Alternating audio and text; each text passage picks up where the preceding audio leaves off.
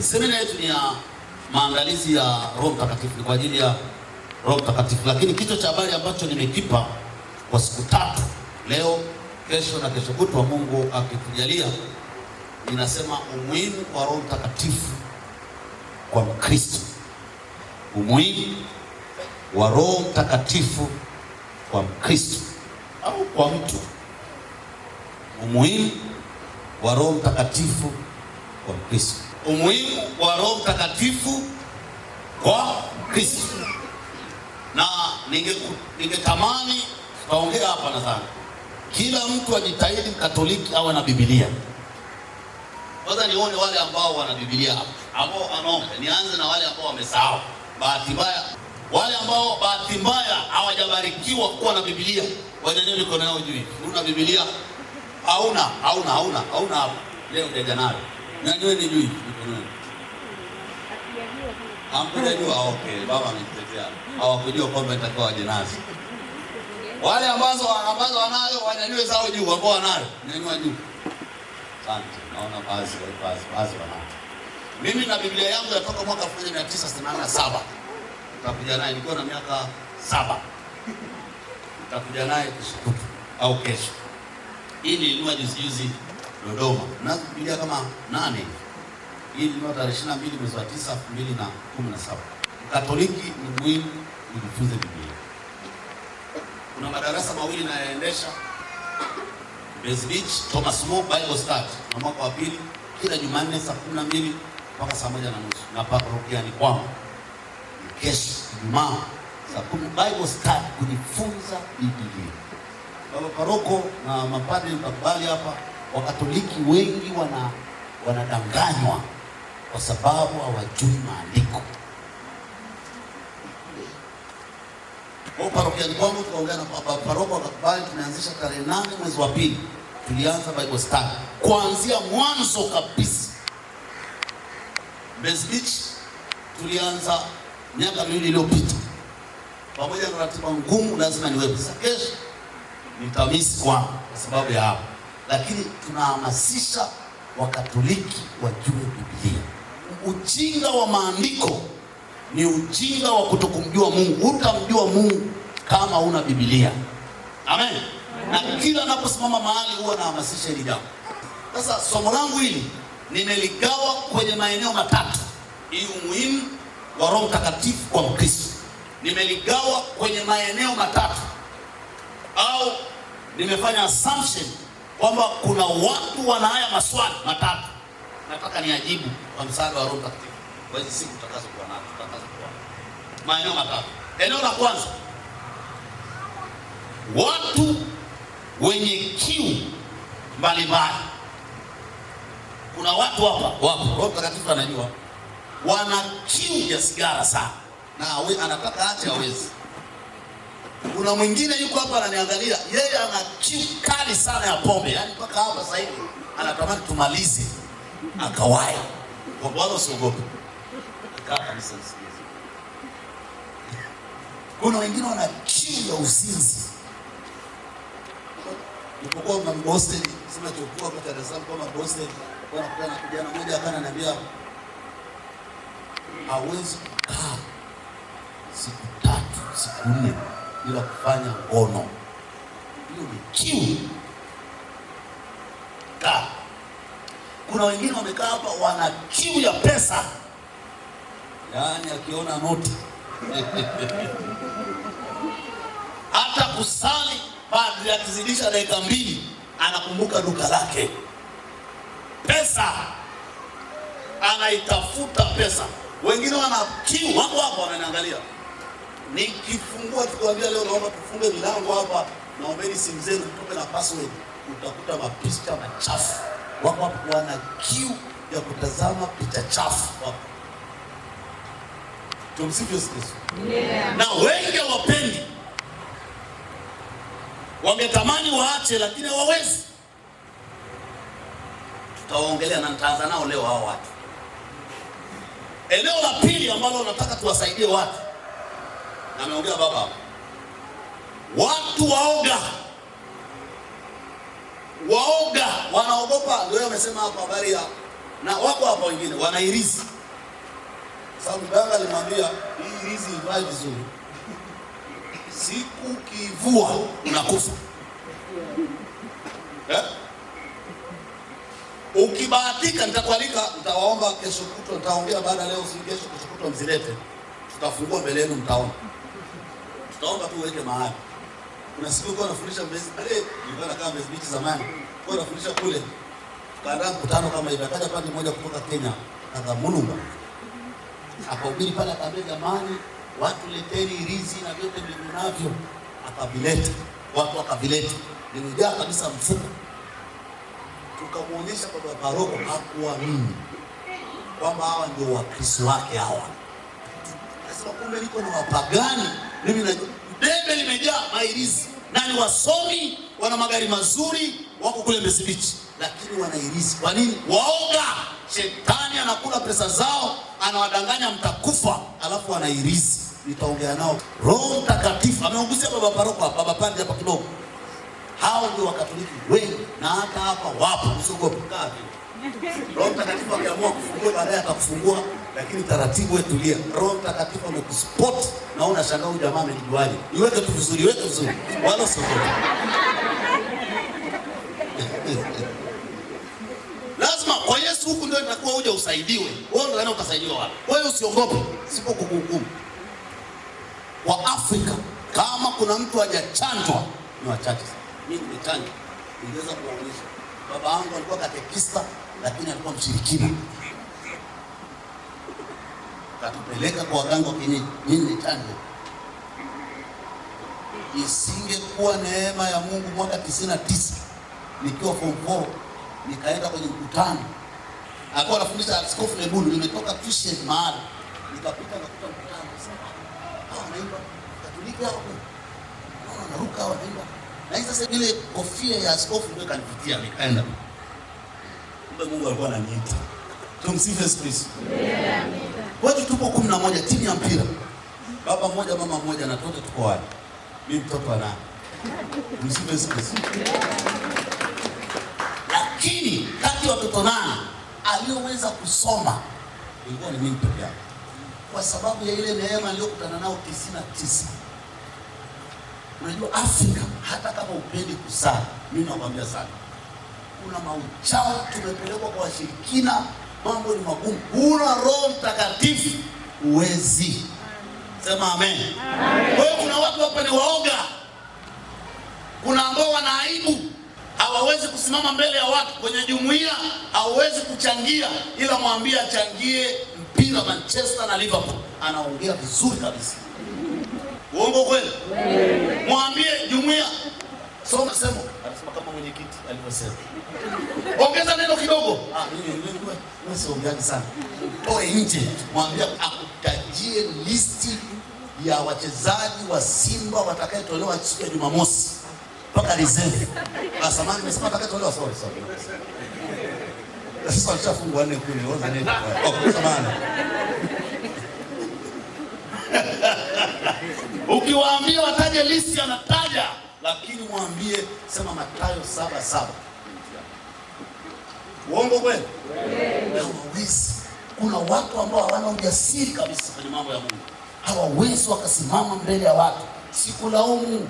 Walikuwepo akina Petro. Alikuwa anampenda Mungu, alikaa na Mungu na Yesu kabisa, lakini kuna siku akaambiwa huyu naye ni mwana wa Mungu, akasema sijawahi kumuona Yesu. Msome Petro huyo wa Matendo ya Mitume. Nini kimetokea hapa? Nini kimetokea? Petro huyu kabla Yesu hajapaa na Petro huyu baada ya Yesu kupaa. Nini kimetokea?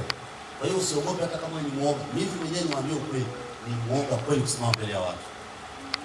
Yaani usinione ninakuangalia ninaogopa, lakini Roho Mtakatifu akija ndani yako, uoga wote unaondoka. Sisi kama unanielewa. Uoga wote unaondoka. Eneo la 3. Watu wenye mimba, watu wenye maono makubwa ndani yao. Kuna watu wamekaa hapa, Mungu amewabebesha mimba kama mama Bikira Maria. Na wanajiuliza litakuwaje jambo hili? Wana mimba ya biashara, mimba ya uongozi, mimba ya huduma kubwa, mimba ya utumishi, mimba ya kuwa mwanakwaya mkubwa, mwimbaji mkubwa, lakini wakiangalia resources hazipo. Anajiuliza itakuwaje? Wewe sio wa kwanza, alishajiuliza mama Bikira Maria na alipewa jibu. Tutadili nao Mungu akipenda. Nianze moja kwa moja na eneo la kwanza. Watu gani hao? Wenye kiu kali, kiu ya sigara, kiu ya pombe, kiu ya pesa, mali, kiu ya muziki. Kuna mtu mmoja bwana anaangalia kule mdogo sana anasema yeye mlevi wa muziki, sio muziki wa kwaya hizo duniani. Kiu ya uzinzi, kiu ya uasherati. Nataka nikupe jibu leo kabla hujaondoka. Tuanze na Yohana sura ya 7 mstari wa 37. Naweka huo msingi kwanza. Injili ya Yohana sura ya 7 mstari wa 37. Injili ya Yohana sura ya 7 mstari wa 37. Soma. Nitasoma. Soma. Hata siku ya mwisho, siku ile kubwa ya sikukuu, Yesu akasimama. Akapaza sauti yake akasema. Mtu akiona kiu, na aje kwangu anywe. Naomba niwaulize. Hivi mnadhani alikuwa anaongelea kiu gani? Ya maji? Alikuwa anaongelea kiu gani? Kiu ya neno, mama? Kiu ya nini? Ya neno. Kiu ya nini jamani? Angalia, ni Yesu siku ya mwisho akasimama akapaza sauti kubwa akasema, kila mtu mwenye kiu aje kwangu anywe. Endelea kusema sasa nani? Aniaminie mimi, kama vile maandiko yalivyonena, mito ya maji yaliyo hai itatoka ndani yake. Aniaminie mimi. Sikilizeni. Aniamini, ameshasema kila mwenye kiu aje. Alafu anasema aniaminie ni nani? Huyo Yesu, ndio? Kama vile maandiko yalivyonena, mito ya maji yaliyo hai itatoka ndani yake. Ndio anasema rivers of living water will flow from within him. Mito ya maji yaliyo hai itatoka ndani yake. Maana yake kiu alionayo itakatwa na maji yatakayokuwa yanatoka rivers of living water. Maji yaliyo hai yatatoka ndani ya huyo mtu akishampokea nani? Huyu Kristo. Sasa sikia 39 anaelezea ni kitu gani? 39 kwa sauti. Na neno hili alilisema katika habari ya Roho. Alilisema kwa habari ya Roho, ambaye wale wamwaminio watampokea baadaye. Kwa maana Roho alikuwa hajaja. Kwa sababu Yesu alikuwa hajatukuzwa. Sikiliza. Kwa hiyo anaposema kila mwenye kiu analenga nani? Roho Mtakatifu. Watu wampate nani? Roho Mtakatifu.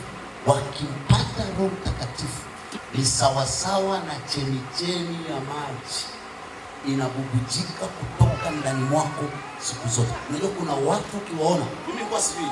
Kuna siku moja tuko ofisini, daktari mmoja akaniambia hivi, ni Muislamu.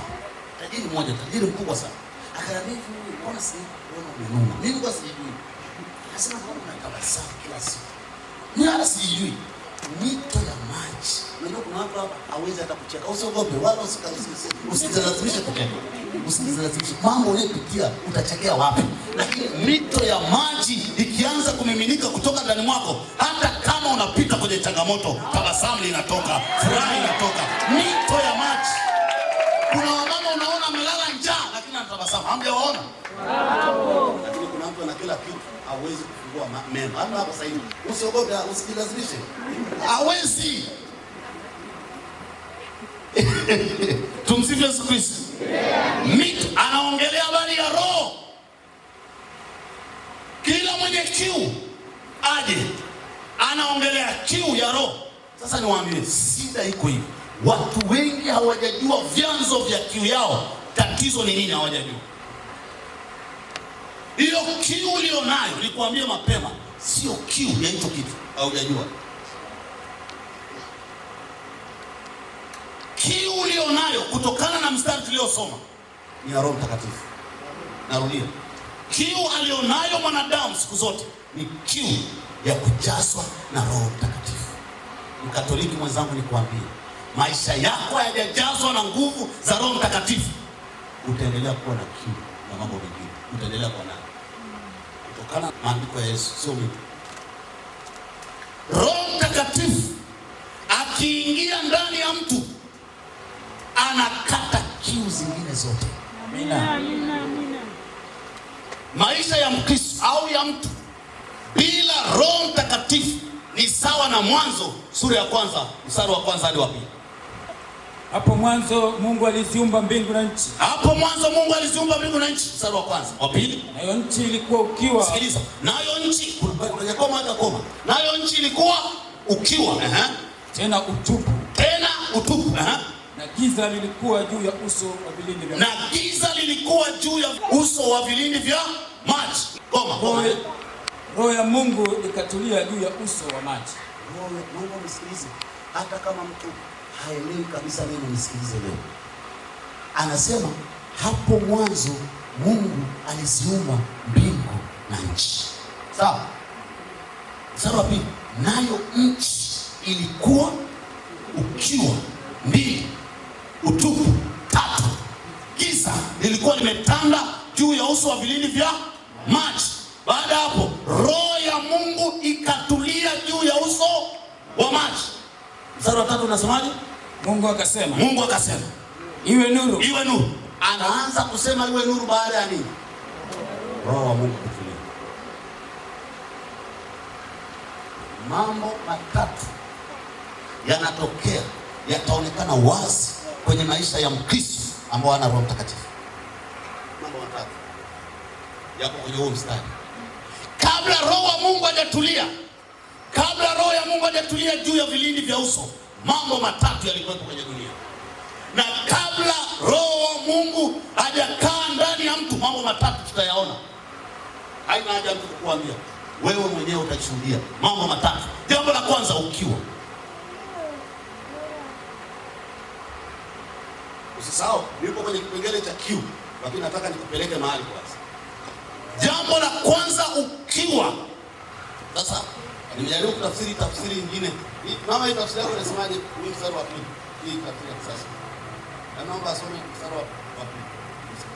Nasoma tafsiri ya sasa inasemaje? Mstari wa 2. Na tafuta hilo neno ukiwa. Dunia ilikuwa bila umbo na utupu. Dunia ilikuwa bila umbo na la pili. Hilo la kwanza huko amesema ukiwa, hapo amesema bila umbo. Kiingereza anasema formless. Tafsiri nyingine ya Kiingereza anasema without form.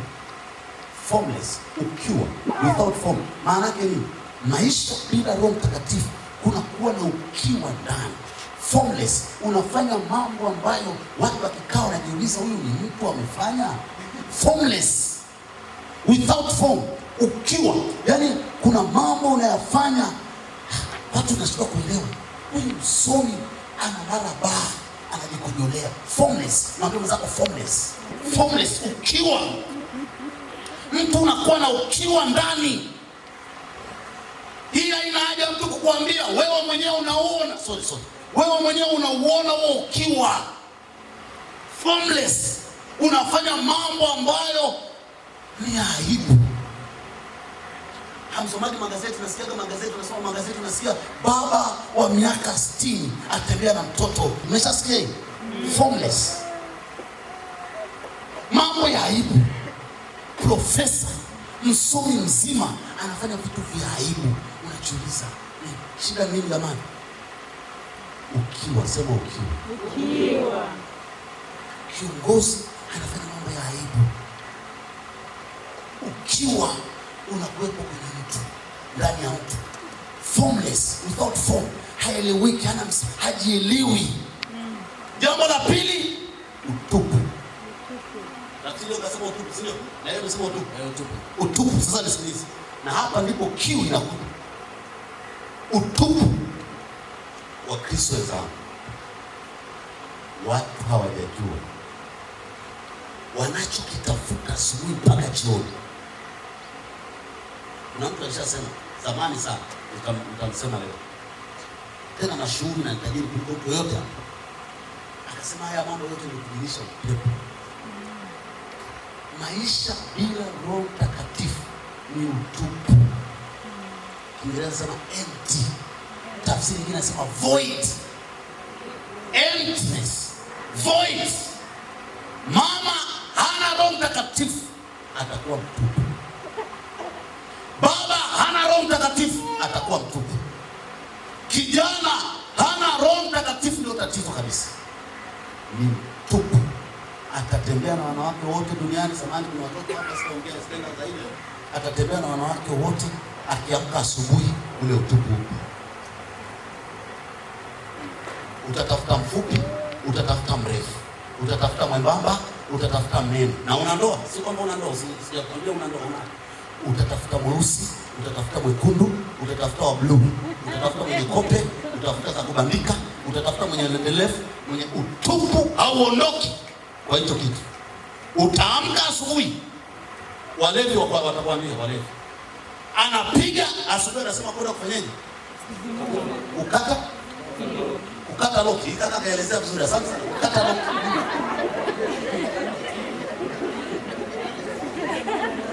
Anakata loki.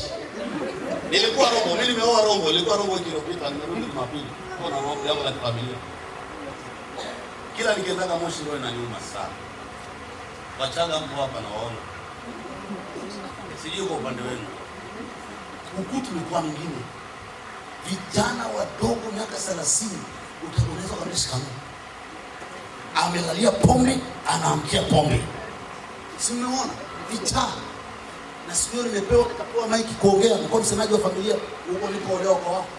Niliposimama tu hivi, Roho Mtakatifu akanipointia mtu, nikamsimamisha. Amelewa? Ndiyo. Nikamwambia njoo mbele. Sasa kupoint sio mpaka Roho Mtakatifu aruhusu. Nikamwita akaja. Ameleta huko. Nikamwambia naona, unajua mama, Roho Mtakatifu akitaka alete heshima mahali, anafanya kitu. Wachaga bana, Wachaga wanampenda Mungu lakini wabishi kwenye baadhi. Sasa akataka awaonyeshe kwamba sababu na walikuja kuniambia hii ingekuwa kwenye TV tungesema umemwandaa yule mtu. Nikamwita akamwambia naona kuna nyota lakini imefichwa. Akasema kweli mimi nilisomea upati. Akasema mpaka nimefika ufateni. Shemeji yangu kaka mke wangu yaani wanafuatana alikuwa amekaa familia imekaa mbele. Akasimama akasema kweli huyu ndio alinifundisha masomo tulisoma naye mpaka form 6. Ukimuona sasa hivi anashinda baa asubuhi mpaka jioni, yeye ni pombe na yeye kaharibikiwa. Watu tukamwombea pale na ulevi wake kabadilika. Tumsifu Yesu Kristo. Ndio wakakaa kimya. Wakaweka nini? Begi ikawekwa chini kwanza kusikiliza kwa heshima. Tumsifu Yesu Kristo. Nilichotaka kusema nini? Mtu anakuwa mtumwa, anaamkia pombe, usimlaumu. Anahitaji msaada, anahitaji nguvu kubwa kuliko nguvu hizo. Na hapa tuko hapa, kuna nguvu kubwa zaidi ya nguvu hiyo inayokusumbua itakwenda kushuka leo. Yesu makofi na vigelegele. Nguvu kubwa zaidi. Kiu. Wanadhani pombe itakata kiu, haitaki. Na huwezi kuacha kwa nguvu zako, huwezi.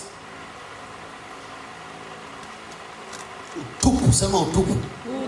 Unadhani unajaza utupu, anasema naenda kuondoa mawazo. Hawezi kuondoa mawazo. Kwanza uondoe kabisa. Mawazo ndio yanatusababisha kufikiria. Utafute solution, unaona yaondoa.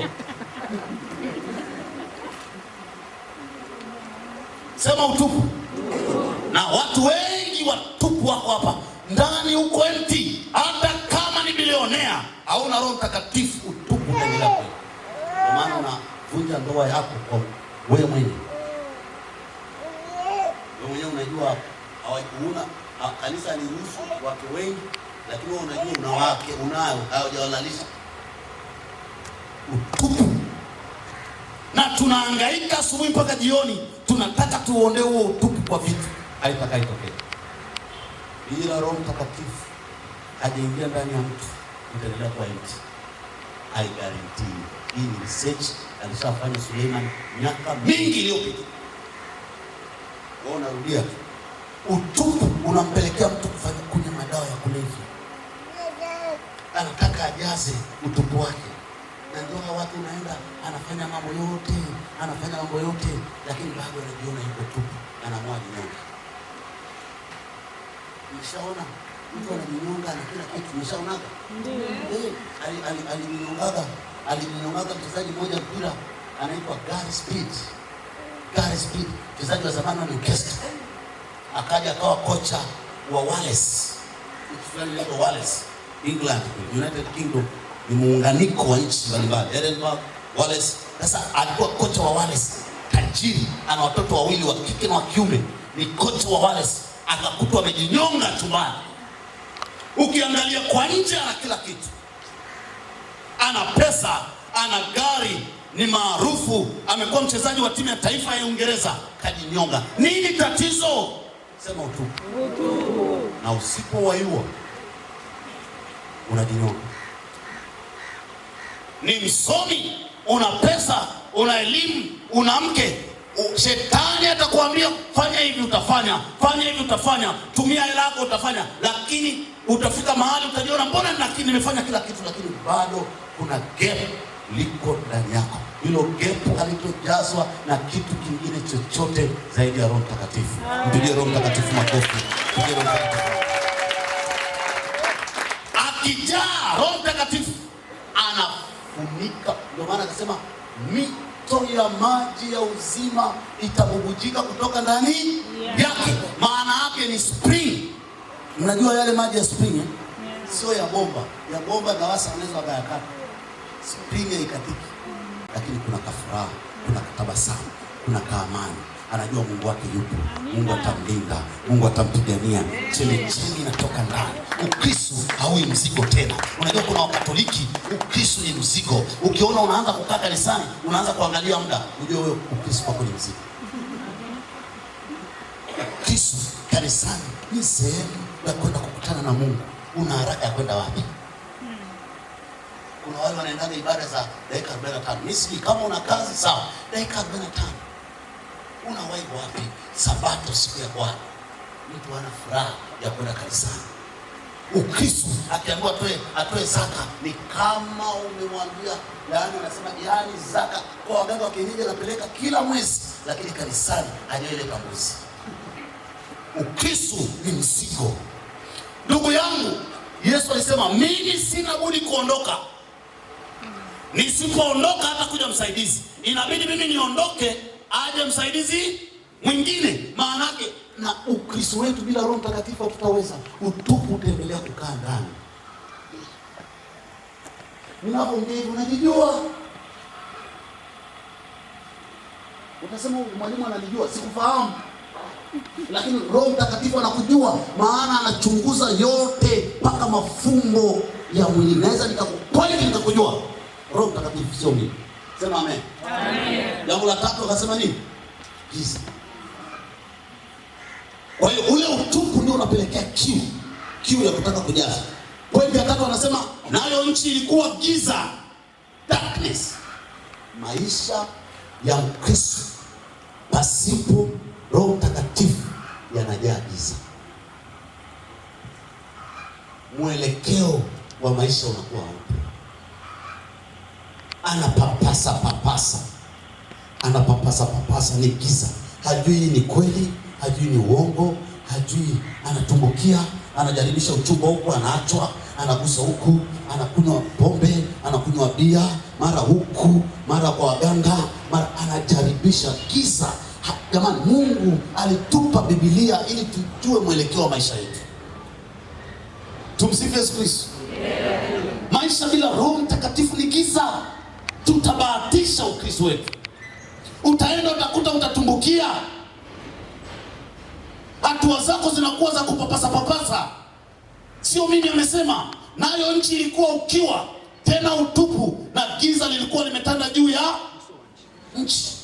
Ndio akasema iwe nuru, giza likaondoka. Baada ya Roho Mtakatifu ukawa.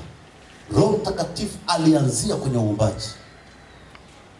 Roho Mtakatifu, wa Katoliki wenzangu, sio njiwa. Roho Mtakatifu rule ni alama ya picha. Roho Mtakatifu ameanza mwanzo wa Biblia. Uumbaji ulianzia kwa Roho Mtakatifu. Maisha yako atayaumba vizuri Roho Mtakatifu akiwepo. Nje hapo ni giza. Utatafuta vitu, uondoe kiu itaendelea iko pale pale. Tumsifu Yesu Kristo. Tumsifu Yesu Kristo. Mfalme Suleiman anasema, nisome kwa haraka sura ya pili ya Mhubiri. Nisome kwa haraka. Unajua uzuri wa semina za kiparokia ni za watu wa majirani, si ndio? Hata ukipitisha muda kidogo haina shida. Ingekuwa ni nje jangwani kule ungelalamika, ila ndani hana shida. Na ni kwa siku 3 tu. Kuna watu sasa wamekaa hapa mpaka saa 3. Jamani, jamani, kwa nini tusiongeze kabla kidogo? Hebu mpigie Mungu makofi kama mkubali. Mimi nimeacha mambo kule, nimekimbia hapa nije kuongea dakika 30 tu hapa. Tumsifu Yesu Kristo. Sura ya 2 Mhubiri anasema hivi. Tasoma kwa haraka. Nikauambia moyo wangu, haya nitakujaribu kwa njia ya furaha. Basi ujifurahishe kwa anasa. Huyu ni mtu ambaye Yakuba hajawahi tokea kwenye Bible study. Tunamsoma sasa hivi Bible study. Yes, huyu tunamsoma Suleiman. Mbezi kwa Thomas More. Huyu hajawahi tokea mtu mwenye hekima kama huyu. Hajawahi tokea tajiri duniani kama Suleiman. Alimjengea Mungu hekalu zuri. Alikuwa na mali. Sasa angalia, anatoa CV yake. Nikawaambia moyo wangu, haya nitakujaribu kwa njia ya furaha. Basi ujifurahishe kwa anasa.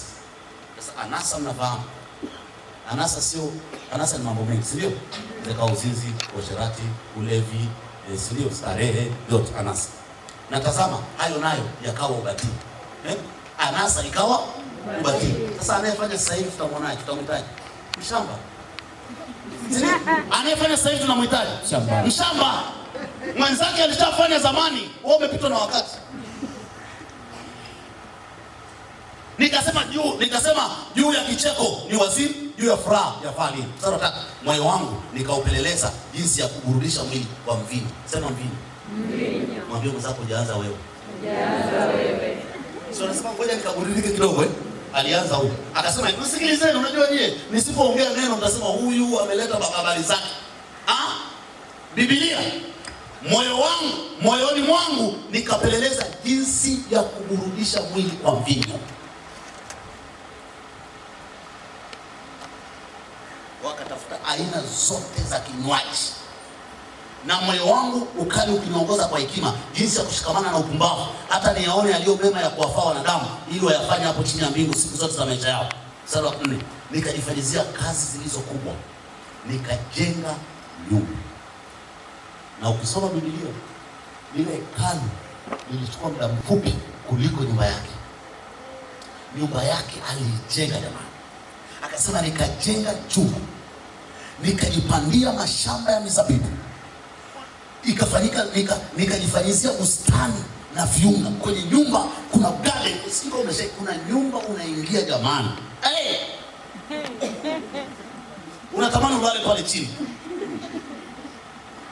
Sasa nikakutana na mmoja alienda kumwombea nyumbani kwake. Akaniambia analala kitandani.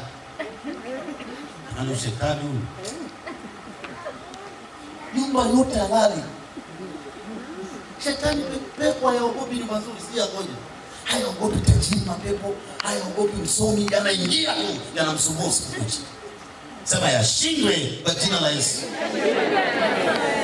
Sasa yule mama akajengea bustani kwenye nyumba na kuipanda humo miti yenye matunda ya kila namna. Nyumba, matunda ya kila namna. Nikajifanyizia birika za maji. Kiingereza inaitwa fountain. Unaona pale ukiingia kabla hujaingia pale kuna maji ile fountain, si ndio? Maji yanamwagika tu. Hayatoki, ujue anapotoka, ujue anapoenda. Lakini jamaa aliweka nyumbani kwake, sio tu nini. Nikajifanyizia birika za maji ya kunyeshea mwitu mliopandwa miti michanga. Nami nikanunua watumwa na wajakazi. Nikawa na wazaliwa nyumbani mwangu tena nikawa na mali nyingi na ng'ombe na kondoo kupita wote walionitangulia katika Yerusalemu. Tena nikajikusanyia fedha na dhahabu na tunu za kifalme na za kutoa katika majimbo, nikajipatia waimbaji, akatengeneza mpaka bendi. Wewe mshamba kabisa, hamna chochote. Wewe hata bendi una. Huyu mwenzako alikuwa na bendi. Akiwa anapiga mvinyo pale, bendi inamwimbia pale. Anatikisa. Na usao alikuwa na wanawake 700 na manani 300, jumla 1000. Wewe una wawili tu. Acha huo ni mshamba, baki na mke wako na mume wako. Sema amen. Wewe ni mshamba. Mwenzako alikuwa na 1000. Na bendi inamwimbia nyumbani. Anasema nikajipatia waimbaji wanaume kwa wanawake wote. Wale tena wanavaaga uchi, unajua? Wanakaa pale wanamkatia na kana angalie. Na wale wanadamu wanawatunuku, wakawepo watu wanaenda kuwapa pesa. Unajuaga wale? Wakishapiga bia. Na watu wanajuaga, akishapiga bia anacheza pale, anakuchezea, unaenda unampiga 10,000, 20,000. Ndio hao walikuwa kutoka zamani. Yaani unarudia tu mama. Masuria wengi sana. Basi nikawa mkuu, nikaongezeka katika Yerusalemu. Pia hekima yangu nikakaa nayo. Wala sikuyanyima macho yangu chochote yalichokitamani. Narudia. Wala sikuyanyima macho yangu chochote. Wewe kuna mambo unayatamani, huna hela. Wewe kuna mambo kweli unapokuona sura yako, kuna mambo unaanza kumaliza window shopping. Unapita kwa unatamani siku wala huwezi kununua. Mwenzako alikuwa akitamani anachukua. Kwenda Dubai anaenda. Kwenda China anaenda. Chochote anachokitaka anacho. Hakunyima macho yake chochote alichotamani. Bado wala sikuzuia moyo wangu katika furaha yoyote. Kisha nikaziangalia kazi zote zilizofanywa kwa mikono yangu na taabu yote niliyotaabika katika kuzitenda. Tazama, yote ni ubatili na kujilisha upepo, wala faida hakuna chini ya jua. Mpigie makofi mtu mwenye hekima huko. Kama kuna Wakristo bado wanafanya haya, hawajasoma Biblia. Ni ushamba. Wenzako walishaona ni ujinga, wakasema ni kujilisha upepo. Hakuna faida yoyote ya mambo unayofanya. Utamwacha mke wako, utaenda kwa wanawake wengine, hakuna kipya utakachokipata. Kaa na mke wako, kaa na mume wako, mpe Yesu makofi na vigelegele na chamba. Acha ushamba. Acha ushamba. Vijana mko mahali hapo, mkamateni Yesu. Kaeni na Roho Mtakatifu, atabadilisha maisha yenu. Achana na mambo ya dunia, hayana kitu. Nimetoka kuambia wenzangu sasa hivi. Unajua angesema hivi, mimi nasoma PhD. Na hata naanza kuona mbona hata isaidii chochote. Yaani ninapofika haya hichi ninachokifanya hapa mimi ndio nafurahia. Tumsifu Yesu Kristo. Maisha haya jamani. Sema Roho Mtakatifu. Anasema yote ni ubatili na kujilisha upepo. Na watu wengi wanaoacha ndoa zao huwa wanarudi baadaye wamechoka. Sana. Kinachokusukuma ni kiu ya kimapepo tu. Hakuna kitu kipya. Sababu mnaweza mkani challenge. Sababu naweza kama mambo mengi siyajui. Na sababu za kutokuja. Mimi ni kijana, sio? Nimekwambia nikamatwa na Yesu nikiwa mfupi. Sasa naweza nikasema wala sionaga hivyo. Mimi nimefunga ndoa na miaka 30. Ndoa yangu ni miaka 10 sasa. Na rekodiwa wala ni sawa kabisa. Sisi tumeenda kujuana honeymoon. Maisha yangu yote kwa siku mwanamke mwingine zaidi ya mke yule. Hiyo siogopi kusema kokote kule. Sasa mnaweza mkasema labda wewe hujajua mapya. Hakuna, ni uongo mtupu. Wewe uliofanya hivyo vingine wewe mwenyewe unakubali. Hamna. Utakunywa whisky, utakunywa sijui nini, ni kujilisha. Huyu mtu, naomba kabla hujafanya au kama umeshafanya leo, kasome kitabu cha Mhubiri.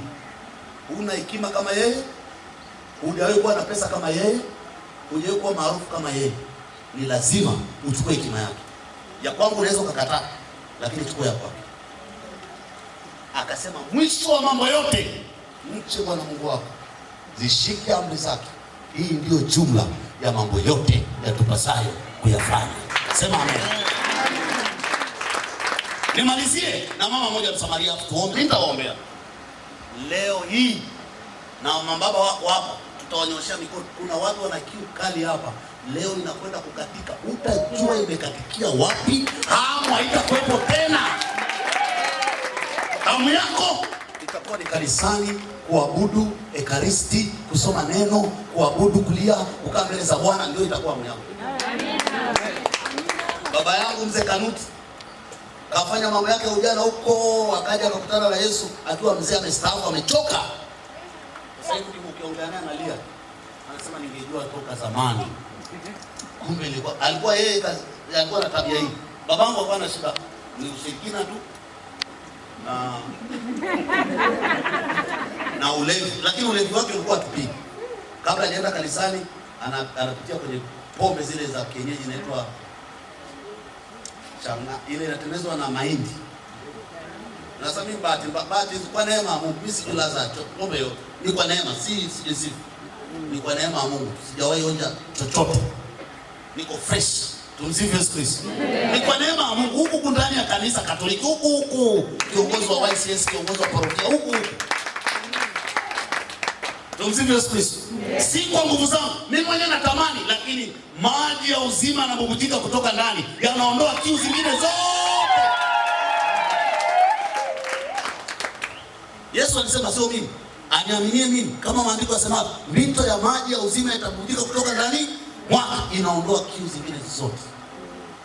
Tumsifu Yesu Kristo.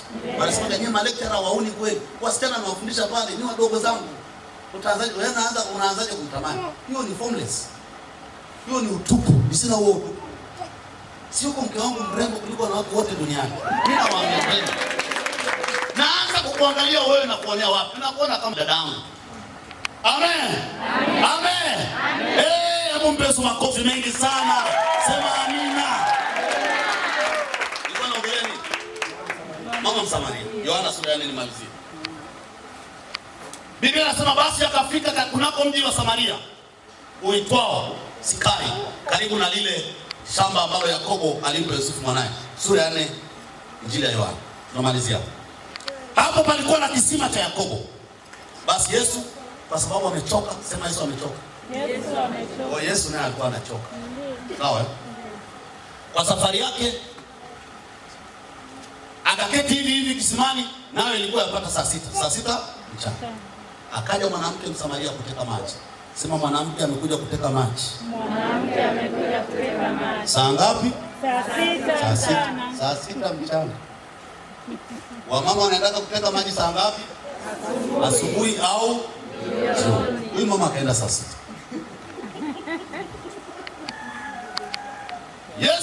Yes. Asa anasema akaja mwanamke Msamaria kuteka maji. Yesu akamwambia, Yesu ndio anaanzisha conversation. Nipe maji ninywe. Mama anamwambia nipe maji. Nani anamwambia? Yesu.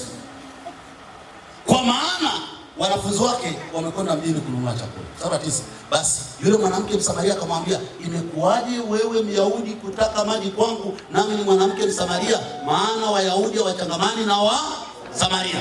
Yesu akajibu akamwambia, kama ungalijua, sikia, kama ungalijua karama ya Mungu, naye ni nani akwambiaye nipe maji ninywe, ungalimuomba naye angelikupa maji yaliyo hai.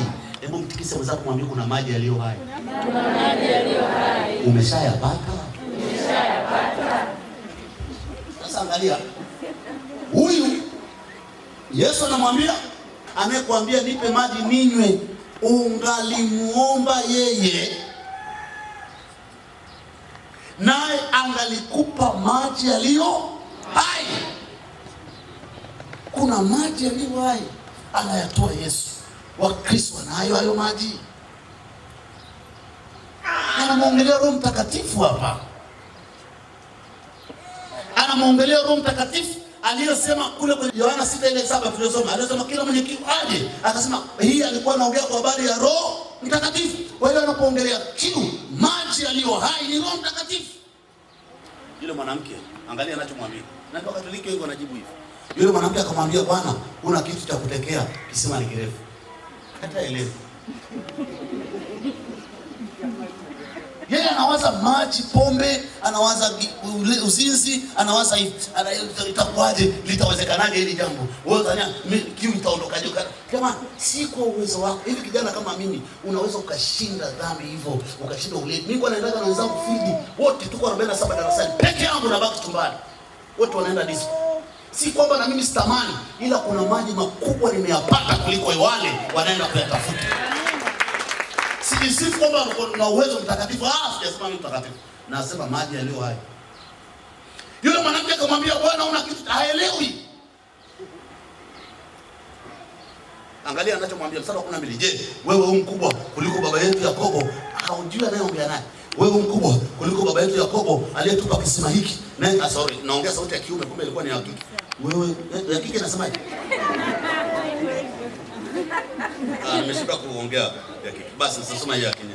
Wewe mkubwa kuliko aliyetupa kisima hiki, naye mwenyewe akanywa maji yake na wanaye pia na wanyama wake. Unajua kuna watu hapa wanajua Yesu na mganga wake wa kienyeji wanafanana. Kuna watu wanadhania. Yaani anakompea Yesu na mganga wa kienyeji, anaona wako level moja. Ndugu yangu, Yesu huyo mganga wa kienyeji ni tapeli tu, anakutapeli. Na utajua baada hizi siku 3 hilo tatizo, huo ushirikina, hiyo hizi aliyokuambia uweke, tutaichoma moto, na baada ya hapo utashangaa wala hautakufa, utakuwa na nguvu ya kwenda kuwasaidia na familia yako. Sema amen. Ni Mungu. Nimesema baba. Yesu akajibu akamwambia, kila anywae maji haya ataona kiu. Natamani wote mrudie. Kila anywae maji haya ataona kiu tena. Kwa maana watengeneza pombe wakakwambia safari moja wanafika nyingine. Wanajua kiu haiishi. Kiu haiishi. Utatafuta mfupi, utamwona mnene. Utamwona mweupe, utamwona mweusi. Kila anywae maji haya ataona kiu tena. Leo usikie, uamue wewe kukataa, lakini unaondoka. Kiu haitaondoka. Kiu haitaondoka mpaka Roho Mtakatifu aingie ndani yako, akupe maji ya uzima. Mpige makofi Roho Mtakatifu. Haya ni maneno ya Yesu. Kila anywae maji haya ataona kiu tena. Wewe ndio kweli. Utatafuta wanawake wote, utatafuta pombe za aina yote, utatafuta pesa hazitajaa. Akamwambia sura 14, walakini yeyote atakayekunywa maji yale nitakayompa mimi hataona kiu milele. Unanisikia? Yeyote atakayekunywa maji nitakayompa mimi hataona kiu milele. Wangapi wanataka hayo maji leo? Mimi nataka. Hebu kinanda nenda pale na malizia sasa. Kwa hiyo kuna maji unaweza ukapata usione kiu tena. Jamani, hamnataka haya? Tunataka. Na huyu angalia, bali yeye yale maji nitakayompa yatakuwa ndani yake chemichemi ya maji yakibubujika uzima wa milele. Ndicho alichokisema kule kwenye Yohana. Anasema maji nitakayompa yatakuwa ndani yake nini? Chemichemi. Sema chemichemi. Sema chemichemi. Chemichemi ikatiki. Unabubujika uzima ndani mwako. Kila siku unaanza kuwa kijana hata kama ni mzee. Miaka tu inaongezeka, lakini uso wako na sura yako bado kijana. Unabubujika uzima wa milele. Yule mwanamke akamwambia, Bwana, unipe maji haya nisione kiu wala nisije hapa kuteka tena. Mpigie makofi mama. Huyu mama akasema nimehangaika miaka yote na ninakuja saa 6. Ngoja nitakuonyesha. Huyu mama alikuwa na kiu ya hatari. Ngoja nitakwambia. Nimehangaika miaka yote, kumbe kuna maji ya uzima siyajui. Naomba haya. Natamani watu wawili watatu leo wayatamani haya maji. Sijui yuko wapi jamani ambao atasema nayataka haya maji nisione kiu tena. Kinanda uwezi kuchezea vizuri. Ya. Tumsifu Yesu Kristo. Akasemaje? Natamani nimpate mmoja leo ambaye atasema na mimi nayataka haya maji. Roho Mtakatifu ni mwaminifu, atakuja ndani yako. Usingizi utakayelala leo, uje kulala toka zamani. Kiu yote itaondoka. Mstari wa 16. Yesu akamwambia, sikia. Yesu akamwambia, nenda kamuite mumeo, uje naye hapa. Kuna mahusiano gani kati ya kiu ya maji ya huyu mama na mume? Ingekuwa tuko Bible study ningewaambia mlete jibu hapo. Kuna mahusiano gani kati ya mstari wa 15 yule mwanamke akamwambia Bwana unipe maji hayo nisione kiu, na mstari wa 16 Yesu akamwambia nenda kamuite mumeo? Kuna mahusiano gani? Yesu anampeleka kwenye chanzo cha kiu yake. Huyu mama ameenda saa 6. Tatizo alikuwa maji ya kunywa. Alikuwa na kiu kali kuliko maji ya kunywa. Sijui kama mnanielewa. Huyu mama alikuwa na kiu kali tofauti na maji. Alikuwa na kiu na Yesu. Tatizo la Yesu anakupeleka kwenye chanzo cha tatizo. Wewe ninakujua una kiu ya pombe, shida sio pombe, unamhitaji Roho Mtakatifu hujajua. Ukimpata Roho Mtakatifu anaondoa kiu ya pombe. Sijui kama mnanielewa, anakupa roho ya ibada. Hujajua. Yule mwanamke akajibu akasema, sina mume. Yesu akamwambia umesema vema, sina mume. Sikia. Kwa maana umekuwa na wanaume 5. Sema wanaume wangapi? 5. Wanaume wangapi? 5. Huyu mama alikuwa na kiu sana. Wanaume 5 kwa wakati mmoja hawajuani. Wewe una wawili tu. Jamani kuna watu wa shamba kweli. Yaani una wawili. Hapo unajiona mjanja. Huyu alikuwa na wangapi? 5. Na yule ulionaye sasa sio mume wako, kwa hiyo 6. Umesema vema. Huyu Yesu mwanaume sana. Hebu mpigie Yesu makofi bwana.